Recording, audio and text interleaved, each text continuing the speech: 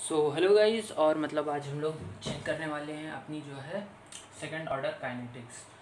तो second order kinetics basically जो होती है, इसको हम मतलब ये भी बोल सकते हैं बायोमोलिकुलर रिएक्शंस जो होती हैं उनमें यूज़ आती है। मॉलिकुलरिटी 2 होती है, ऑर्डर 2 होता है, लिखा कुछ ऐसे जाता है, रेट इज इक्वल्स टू के टाइम्स ब्रैकेट में AT। ठीक है, ये के है। तो चलिए, जैसे अब रेट को लिख सकते हैं, अब तक आपने पता होगा कि dA/dt इस तरह हम रेट को डिनोट करते हैं ए के टर्म्स में। k टाइम्स a की पावर 2 अगर आप सेकंड ऑर्डर पढ़ रहे हो, तो अगर हम सेकंड ऑर्डर रिएक्शन पढ़ रहे हैं तो इसको मतलब आप वही t को उधर भेजोगे, AT को इधर लाओगे, फिर इंटीग्रेट करोगे, तो वो आप कर लेना। और यहाँ से जो निकल के आती है इक्वेशन वो मैं आपको बताता हूँ। 1/AT बराबर 1/A0 प्लस KT। सारा काम आपका इस रिएक्शन से होगा। ये इंपॉर्टेंट रिएक्शन है इस पार्ट की। अब यहाँ पे हम डिस्कस करते हैं सारी इंपॉर्टेंट चीज़ें। सबसे पहले हम T½ को डिस्कस करते हैं। अगर T½ को डिस्कस करें तो यहाँ पे आप रखो A0/2। जब आप A0/2 रखोगे तो कुछ नज़ारा ऐसा बनेगा, बराबर KT। तो T1/2 यहाँ लिख सकते हो। तो T1/2 जो आपका आएगा 1/A0 ये आपको नोट करने वाली बात है। और लास्ट लेक्चर में जो मैंने आपको बताया था कि T½ directly proportional to concentration की पावर 1 माइनस n। यहाँ से आप n की वैल्यू 2 रख के वेरीफाई भी कर सकते हो कि यहाँ पे -1 ही आएगा। और इस चीज़ों के बारे में क्या क्या जान सकते हो, देखो अब यहाँ पे आप रखो रिएक्शन का 100% कंप्लीट होने का क्या मतलब होता है। रिएक्शन का 100% कंप्लीट होने का मतलब होता है AT बराबर A0। ये बात कई लोगों को नहीं पता होती, मैंने बता दिया आज। अब यहाँ पे आप रखो तो 1/AT बराबर A0, मतलब 1/A0। तो 1/A0, एक सेकेंड। रिएक्शन का अगर आप 100% कंप्लीशन देखो तो रिएक्शन 100% कंप्लीट कब होती है। रिएक्शन का 100% कंप्लीशन का मतलब आपका जो AT है वो 0 हो गया। मतलब AT जो है वो आपका AT नहीं, ये जो होता है आपका कैसे मैं बताऊँ, A0 माइनस AT बराबर होता है आपका x, उस टाइम की कंसंट्रेशन। तो ये जब 0 हो जाएगा तो x is equals to A0। ये आपको क्या दिखाता है, ये आपको दिखाता है कितने मॉलिक्यूल्स पे प्रोडक्ट्स में बन जाती है। ये आपका जो होता है ये फाइनल कंडीशन होती है। मतलब जब AT इक्वल्स टू 0, ये बचे हुए मॉलिक्यूल्स होते हैं ना भाई, तो मतलब जब कुछ नहीं बचा तो इसका मतलब रिएक्शन कंप्लीट हो गई। तो AT की जगह यहाँ 0 रखो इस जगह में, तो यहाँ देखो क्या आ जाएगा। मैं इरेज करके दिखाता हूँ, ये सब कंप्लीशन टाइम के बारे में है ये सब। यहाँ पे 0 रखो तो यहाँ इन्फिनिटी बन गया 1/A0 प्लस KT। अब इन्फिनिटी में कुछ भी जोड़ो घटाओ, इन्फिनिटी रहेगा। KT कुछ से भी डिवाइड करो infinity, T is equals to infinity पे जाके भी कंप्लीट होती है। ठीक है, तो इतना आप मतलब ध्यान रख सकते हो इस चीज़ के बारे में। अब इसका ग्राफ वगैरह देख लेते हैं, तो चलो इतने को मिटाते हैं। इसके ग्राफ वगैरह मतलब थोड़े हम लोग अलग तरीके से खींचते हैं, और यहाँ मैं सारे ग्राफ भी समराइज कर दूंगा। ठीक है, यूनिट देख लेते हैं। यूनिट का फॉर्मूला मैंने बताया था, मोल लीटर की power n1 minus n second inverse. तो मोल लीटर इनवर्स की पावर -1 सेकेंड इनवर्स, ये इसकी यूनिट होती है। बायोमोलिकुलर रिएक्शंस की ऑर्गेनिक है, कई बार पूछ लेता है यूनिट बताओ, क्योंकि यहाँ तो नहीं पूछता है, क्योंकि ऑर्गेनिक से बहुत ज़्यादा लिंक चैप्टर होता है। मैकेनिज्म की बातें यहाँ पे भी होती हैं। अभी जब हम लोग आखिरी पार्ट तक मूव करेंगे तब हम लोग बहुत सारी चीज़ें मैकेनिज्म से, कैसे मैकेनिज्म से हम RDS लिखते हैं, कैसे काटते वाटते हैं, वो अभी हमने पार्ट के लिए बचा के रखा है, तब हम आपको वहाँ बताएंगे। तो ये हो गई इसकी यूनिट। ठीक है, अब इसका ग्राफ स्केच करते हैं। इसका ग्राफ हमें कैसे स्केच कर सकते हैं, देखो सबसे पहले ग्राफ स्केच करने के लिए इक्वेशन लिखो। 1/AT बराबर 1/A0 प्लस KT। ये है हमारी इक्वेशन। अगर आप मतलब ध्यान से देखो तो ये हमारी इक्वेशन है। और इसमें आप सबसे पहले आप इसको y मान लो, इसको mx मान लो, इसको c मान लो।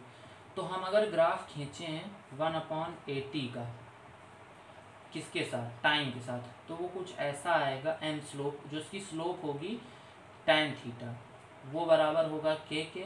और ये जो जगह होगी, ये इंटरसेप्ट, ये 1/A0 के बराबर होगा। ठीक है, इतना आप ध्यान रखो तो आपके लिए मतलब बहुत बेनिफिशियल होगा। ये इसका ग्राफ होता है। अब अगर आप थोड़े थोड़े कोऑर्डिनेट्स निकालने में माहिर हो तो आप असली ग्राफ भी खींच सकते हो। जैसे 80 है, टाइम है, मुझे एग्जैक्टली नहीं श्योर है कैसे आएगा ग्राफ, लेकिन अगर आप थोड़े थोड़े मतलब श्योर हो कि मतलब आप ग्राफ खींच लेते हो तो आप मतलब कैसे खींच पाओगे। देखो ये तो एक कांस्टेंट चीज़ है, बेसिक रिलेशन आपका टाइम और 80 में ही है। तो सबसे पहले 80 को आप जीरो कर दो, तो 80 को अगर आपने जीरो कर दिया टाइम लग जाएगा इन्फिनिटी, तो एक पॉइंट तो आपको यहाँ मिल गया। फिर आप 80 को इन्फिनिटी कर दो यहाँ पे, तो आपको टाइम लग जाएगा कितना, ये जीरो हो गया।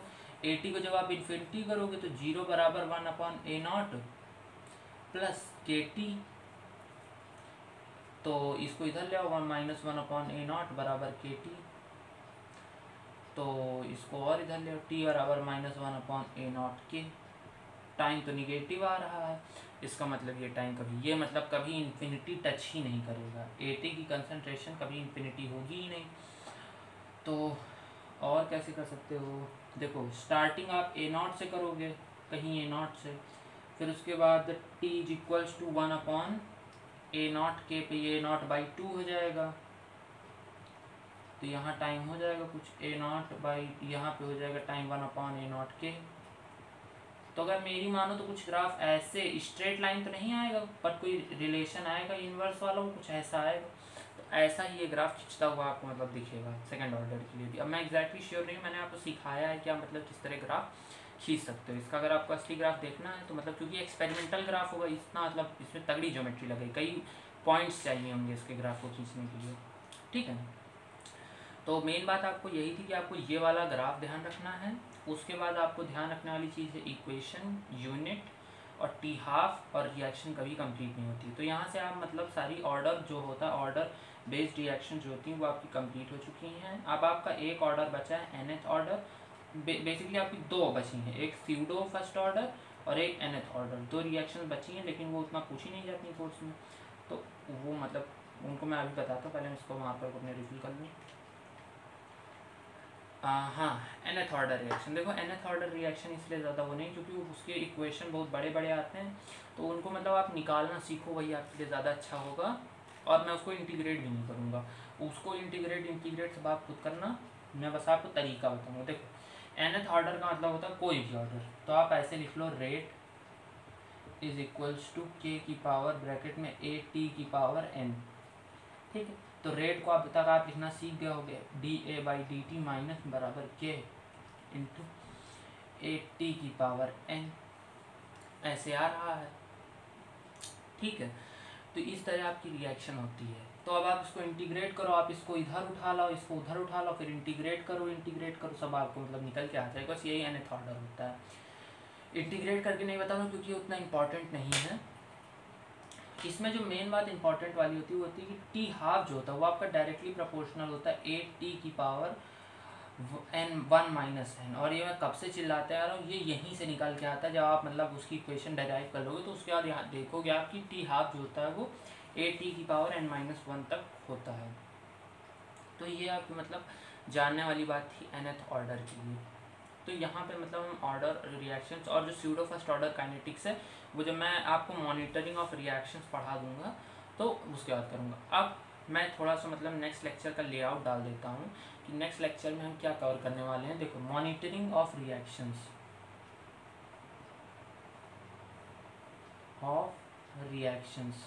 अब मॉनिटरिंग ऑफ रिएक्शंस क्या होता है, देखो जैसे कोई रिएक्शन है उसका कुछ रेट होगा, फर्स्ट सेकंड थर्ड हमें नहीं पता, मान लिया मैंने कि हमें नहीं पता। उसके बाद मतलब हमें मान लो ये अभी नहीं पता, फिर हमने कुछ किया, तीन झाम कुछ मचाया, और जैसे कुछ रिएक्शंस ऐसे जैसे पॉपुलेशन ग्रोथ हो गई,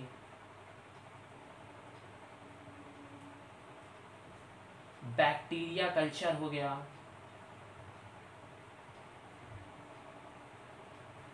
उसके बाद आप पढ़ोगे म्यूटा रोटेशन एक चीज़ होती है, फिर कहते हैं हाइड्रोलिसिस हो गई।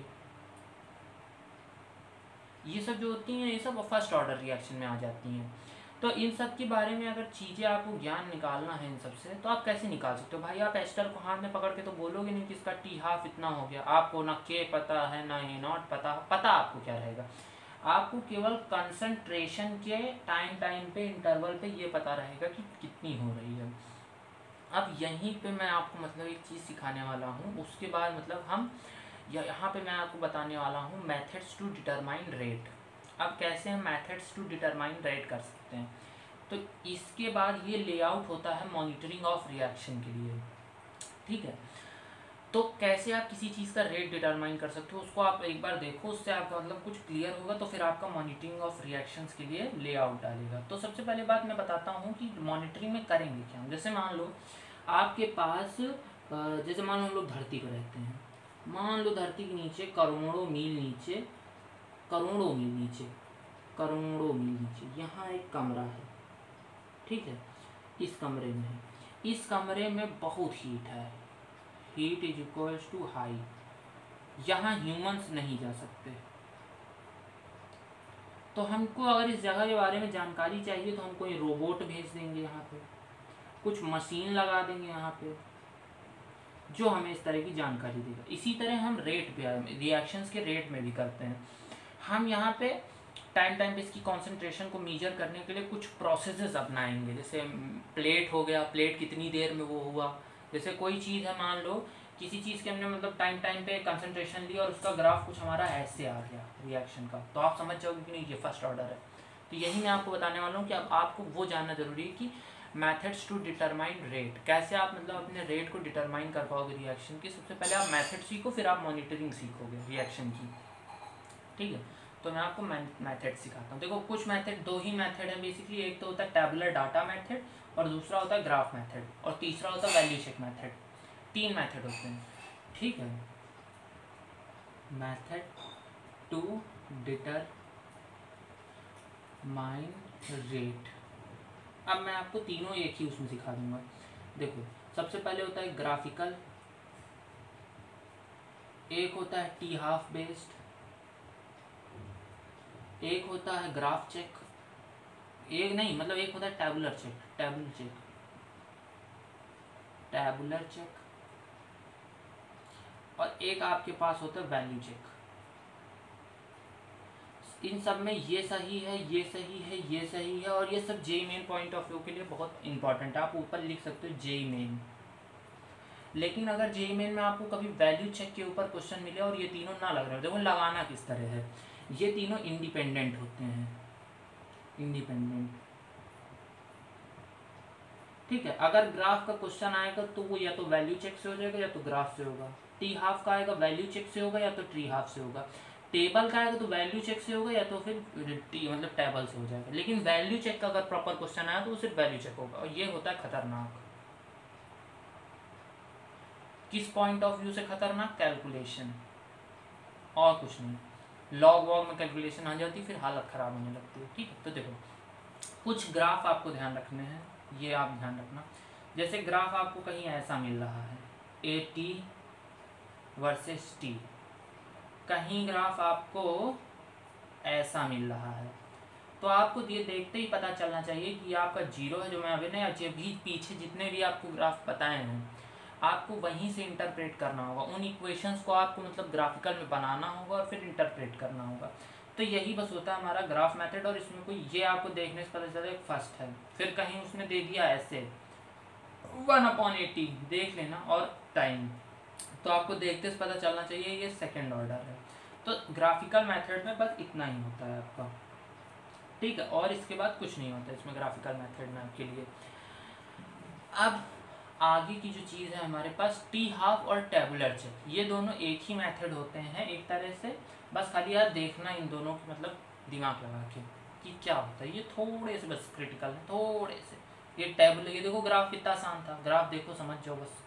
और अगर कोई ऊट पटांग ग्राफ हो जाए तो वो आप कन्वर्ट कर लेना। देखो क्योंकि मैं आपको बेसिक ग्राफ सिखा सकता हूँ, कन्वर्जन थोड़ी नहीं सिखा सकता हूँ। तो देखो, और कुछ टीचर्स होंगे थोड़े ज़्यादा आपको ग्राफ बनवा देंगे, तो 75 ग्राफ बनवाने से ज़्यादा अच्छा आप मतलब बेसिक इक्वेशन जैसे AT बराबर A0 e की पावर माइनस KT है। जैसे मान लो उसने कह दिया लॉग का ग्राफ है तो लॉग ले लो यार दोनों तरफ, log AT बराबर log A0 माइनस KT, इस तरह ले लो। मान लो इसको y mx c लगा लो यार, ग्राफ जैसे बनाना हो ऐसी इंक्रीजिंग स्लोप आएगी, इसमें कौन सी बड़ी दिक्कत है। इस तरह मतलब आप देख सकते हो और आपको याद भी नहीं करना पड़ेगा। मैं तो नहीं याद करता इस तरह की चीज़ें जो मतलब फालतू का मेमोरी का वेस्टेज है, बहुत चीज़ें याद करने को है हम लोगों के पास। तो अब जो हमारे पास आता है वो होता है टेबुलर चेक। अब देखो मैं एक टेबल बना रहा हूँ, ध्यान देना, ये हो गई कॉन्सेंट्रेशन की, ये हो गई टाइम की, ये हो गया मेरा, मान लो कोई रिएक्शन है वो ऐसे डिपेंड करती है, रेट इज इक्वल्स टू के ए की पावर एक्स, बी की पावर वाई, सी की power Z, first second third तीनों ऑर्डर हम लोग डिस्कस करेंगे, ठीक है। कंसंट्रेशन, टाइम, कंसंट्रेशन तीनों की, ए बी सी, इसकी इनिशियल थी A not, B not, C not, ठीक है। टाइम, उसके बाद ये टाइम हो गया, ठीक है। तो कैसे आप, और वो रिमेनिंग, और मतलब यहाँ पे आप लिख लो लेफ्ट, कितना मतलब बचा, 80 कह सकते हो इसको, यहाँ पे 80, ए बी सी, इस तरह के आपको पेपर में मैं एक ही टेबल बना रहा हूँ, वहाँ ए के रिस्पेक्ट में आपको टेबल बनी हुई मिलेगी, वहाँ मतलब आपको एक ही में नहीं मिलेगा, तो ये आप अपनी कॉपी में चाहे बना लो, इसी में आप टी हाफ भी चेक कर लेना। जैसे मान लो कहीं आपको रिएक्शन में, और इसी में मैं तीनों आप समझ जाओगे आप, तो वो आखिरी वाला वैल्यू चेक भी, जैसे मान लो मैं टाइम ले लेता हूँ 10 मिनट, 15 मिनट, फिर 25 मिनट, ये मैं सबसे इजी ले रहा हूँ, और 30 मिनट, इस तरह ले लूँ। अब लेफ्ट हो गई ए नॉट बाई 2, उसके बाद हो गई ए नॉट बाई 4, फिर उसके बाद हो गई ए नॉट बाई 8, इस तरह हो गई, फिर उसके बाद हो गई मान लो बी नॉट बाई 2, उसके बाद लिख लो 0 0, और यहाँ मान लो C not, C not, C not, इस तरह थी, ठीक है, इस तरह थी, सी नॉट सी नॉट, देखो C not C not C not क्यों कर रहे हो। टाइम ले लिया, मान लो मैंने कोई भी अब ले लिया 33.6 मिनट, और 33.6 मिनट पे आके ये सी नॉट बाई 2 हो गई, ठीक है। तो अब कैसे आप मतलब चेक करोगे, देखो अब आप ऐसे चेक करो कि जो आपका रेट है ये वाली, देखो ये एक कॉन्टिन्यूसली जीपी में चल रहा है, और फर्स्ट ऑर्डर रिएक्शन का मेन होता है, देखो हर 5 मिनट में ये आधी हो रही, फिर 5 मिनट में ये आधी हो रही, फिर 5 मिनट में ये आधी हो रही है, तो मतलब ये टाइम के साथ इक्वल इंटरवल ऑफ टाइम में इसका इक्वल अमाउंट जा रहा है, देख रहे हो, equal amount, equal proportion of amount जा रहा है, जैसे इसका आधा निकला, फिर इसका आधा निकला, फिर इसका आधा निकला, फिर इसका आधा निकला। तो शायद मैं ये बताना भूल गया हूँ, जब इस तरह का आपको फंडा दिखे कहीं, तो आप समझ जाना कि ये 100% फर्स्ट ऑर्डर है, और कहीं आपको ये दिखे कि कंसंट्रेशन आधा करने पर, कंसंट्रेशन ए था तो टाइम लगा टी, कंसंट्रेशन हो गया ए नॉट बाई 2 तो टाइम लगा T1 बाई 2, इस तरह कहीं दिखे तो आप समझ लेना, मतलब अभी उस पर मैं बात करता हूँ, टी हाफ के बारे में बात करता हूँ, ठीक है। तो ये आपको मतलब इक्वल अमाउंट जा रहा है। उसके बाद देखो बी नॉट को, देखो 5 मिनट में वो बी नॉट बाई 2 हो गया, और फिर अगले 5 मिनट में ख़त्म हो गया, मतलब 2 टी हाफ में कौन सी रिएक्शन खत्म होती है, खत्म तो केवल 0 होती है, अगर कोई रिएक्शन खत्म दिख रही हो तो ये समझो 0 है।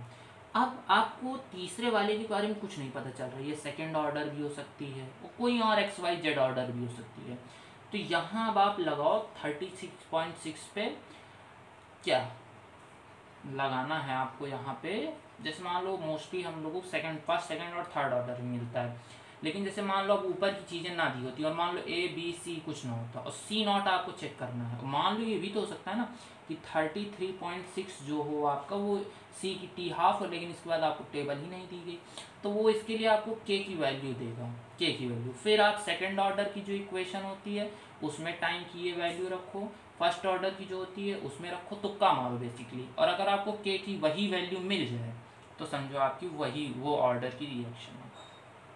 तो ये हमारा होता है डिटर्मिनेशन ऑफ मेथड। अब हम डिस्कस करते हैं वो जो वही समझ आया ना, मतलब ये आखिरी वाला जो था मैंने क्या बताया, तुक्का मारने वाला, मतलब तुम मान लो यार कि मेरी ये फर्स्ट ही ऑर्डर होगी, और फिर उसकी वैल्यू चेक करो, वेरीफाई करो कि टी की वैल्यू रखी, के की वही वैल्यू आ रही है उसके आसपास की नहीं आ रही, अगर आ रही है तो मतलब वो वेरीफाइड है, नहीं आ रही तो मतलब वो दूसरा ऑर्डर होगा। तो यही था हमारा वो लास्ट वाला वैल्यू चेक, और यही मुश्किल पड़ जाता है क्योंकि जब फर्स्ट ऑर्डर आपको चेक करनी पड़ती है तो उसमें लॉग आता है, और लॉग की कैलकुलेशन अगर उसने चाहा तो वो इजी कर देगा, उसने चाहा तो ऐसी कर देगा कि आप मतलब फिर उसको हाथ मत लगाना उस क्वेश्चन को, 90% चांस है आप गलत कर दोगे।